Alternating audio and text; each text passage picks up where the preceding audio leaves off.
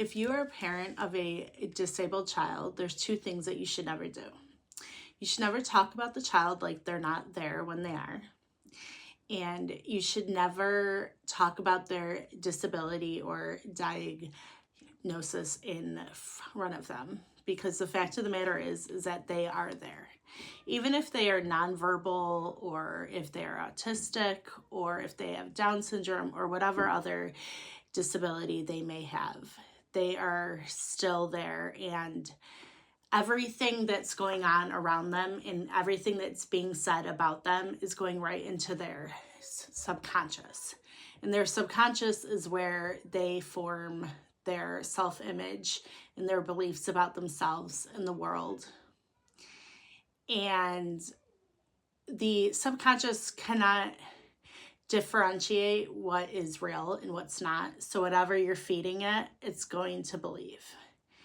And if your child repeatedly hears you talking about them and the difficulties that come along with having a disability, what you are essentially doing is you are programming them to have beliefs about what they can and can't do based on what they've heard you say about them. So, for example, I am disabled. I put quotes around disabled now because I don't consider myself disabled, but I have cerebral palsy in my left hand and in my left foot, and I am a person that stutters. I don't have the fine motor skills in my left hand that I do in my right, and it's very weak. I use it more to assist in everything that I do. And so I had a very bad self-image growing up. I didn't like myself. I never accepted who I was. And I would often question why I was born this way. I was born 2 months early. I weighed 2 pounds, 10 ounces. I had a stroke in my mother when she was pregnant, and the lack of oxygen to my brain left me with the cerebral palsy and the speech impediment. And instead of learning to embrace it and be confident about who I was, I spent my entire life trying to hide it, even up into adulthood. I mean, I would take one of those clutch purses and I'd put the strap around my wrist and I'd wrap it so that it would hang over. In pictures, I wouldn't want my hand to be seen. I was bullied very badly in school. I had my head slammed up against the glass window on a bus. I was mocked and laughed at during a spelling bee in the auditorium of my school. Kids would walk behind me in the hallway and mock my limp because of the way I walked. I was often called T-Rex because my arm naturally wants to go like this because of the tightness. I mean, I just didn't like who I was, and I had very low self-esteem and a poor self-image. But as an adult, I realized that how could people like me if I didn't like me? Even as a kid, I mean, I could only imagine the kind of energy I was putting out, even if it was unconscious energy. If I didn't like myself, how is anyone else going to like me? Like we form groups, or we form groups and find friends based on where we are in our interests, but also like we attract into our lives people that are on the same wavelength rationally. So if I had that much self-hatred, I was very low vibe. And I was expecting people to like me when I didn't even like me. And I wouldn't even want to have spent time with that girl. So now fast forward 34 years, about 4 years ago when I first decided to start this business and get my certifications. I was like, I know I want to work with parents of kids that are disabled so their kids don't have to go through what I went through. And while I cannot relate to you as their parent, I can relate to your kids. Because the one thing that I always wanted, and what everyone wants for the most part, is to be accepted. And I know what it feels like to be viewed as different and want to be accepted by others and to hide who I was. And it wasn't until I decided to embrace my uniqueness, because now I see myself as unique, that now I'm able to help others. If you would have asked me 4 years ago if I would ever be on YouTube or social media in general talking like this, nope, not gonna happen. I mean, I couldn't even talk. I have improved my speech about 90%. Yeah, I mean, I still have blocks. But there was a point where I couldn't even answer the phone. I couldn't say my name. I couldn't talk in general. Now, whenever I have a block or I stutter, it's when I'm thinking about it. It's when I'm thinking about how I'm talking, or if I'm really anxious. And there's still words that I still struggle with. And I think it's because I've had those issues my entire life saying these words, like my name, Alicia, or stutter. I've blocked on that word quite a few times now. So my body remembers that I have difficulties saying those words. So I constantly work at it every day. But I want to help you as parents relieve your stress and your anxiety and your fears, because your kids are so connected to you that they can feel that. And everything is energy. So if you are feeling anxious about your kids' disability, they are going to feel it too. And the best way that you can help them is to relieve that, so that you can help them build their resilience and their healthy self-image and confidence. So when they do get bullied in school, I just want to empower parents so much to build up their kids' self-esteem around their disability so much that when kids do bully them, they'll kind of look at them like it makes no sense because I don't see myself that way. I want your kids to not see themselves as disabled, because I wholeheartedly believe that every single person that's put on this earth was put here for a reason. And disabled people are put here for an even higher purpose.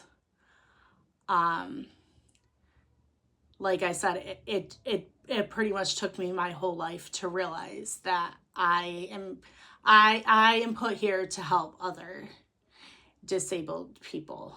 And the best way I could do that is to work with their parents. Although I would love to work with disabled people themselves. But it all starts in childhood. It all starts on how they view themselves, and the people around them. An example of this that just popped into my head, actually. I was talking to my girlfriend the other day.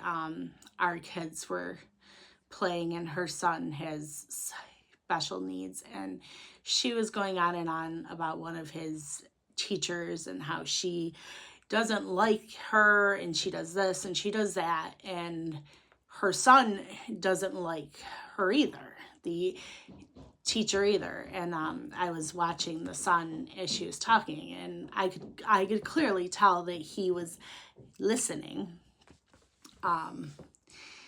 So I just said, do you talk about his teacher in front of him?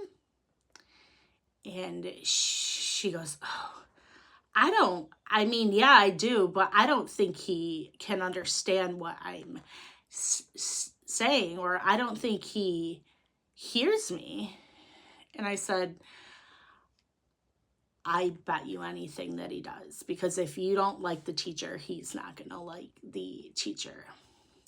Kids, especially at a very young age, they like what you like. So the beautiful thing about kids is they are born into this world as a completely blank slate, and they're completely dependent on the people around them to take care of them and keep them alive. And a lot of what they learn is from you. So if you don't like someone, chances are they're not going to like someone too. Because if mommy doesn't like her, then I'm not going to like her, because they look to you for guidance.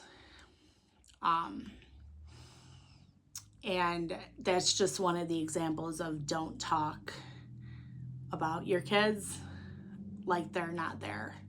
Or in other words, don't talk about things that you don't want to program your kids to believe in front of them. Up until the ages of 7 or 8 is when a child develops their self-image. And anything that is being fed into their subconscious mind through what's going on around them or what's being said by the people around them is becoming their identity. And